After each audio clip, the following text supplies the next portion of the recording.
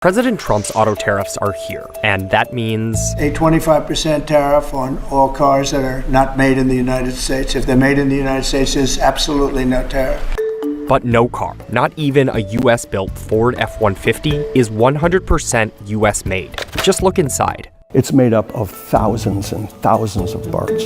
Those parts come from over 24 different countries. Countries like Mexico, Canada, Romania. Trump wants these parts to say made in the US. But moving all of this is not so simple. To lift and shift that whole thing, that's kind of like saying, pick up the state of Maine and move it over to Wyoming. Could you do it? I suppose you could, but man, it would be tough duty. So let's break it down to understand what Trump is trying to do with a slew of new tariffs and why automakers are warning it could backfire. This chart shows where cars sold in the US are coming from. All of these cars now face that 25% auto tariff. But this 53% of US-made cars is also affected by that tariff because of all of those foreign parts.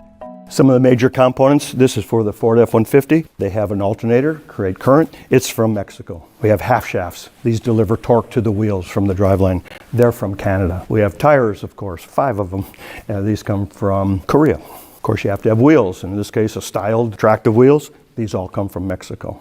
Those tires from South Korea would face that auto tariff and any reciprocal or universal tariff placed on the country.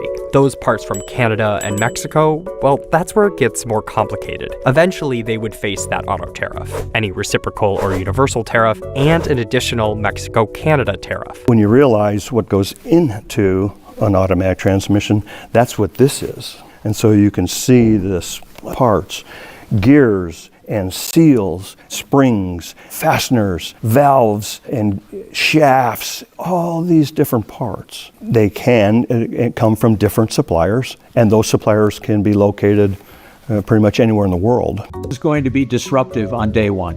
It's going to increase the cost of doing business. Trump's goal, however, is to pressure automakers to make them in the US instead. This is going to lead to the construction of a lot of plants. And the White House said the duties on Canada and Mexico are also meant to disrupt the drug trade. We've lost millions of people due to fentanyl. It comes mostly from China, but it comes through Mexico and it comes through Canada. Automakers have essentially viewed these countries as borderless.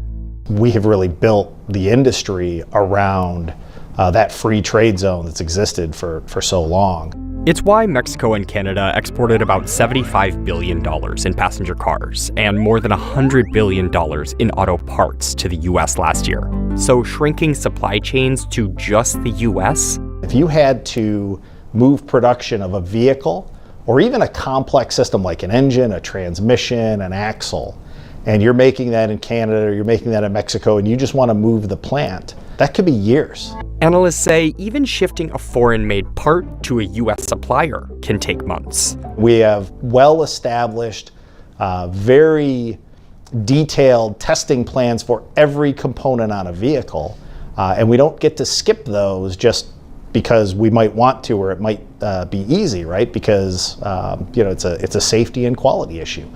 It costs money and it costs lives when we get those things wrong. So either choice, moving production or facing the tariffs, come with added costs, some of which economists say will be passed on to consumers.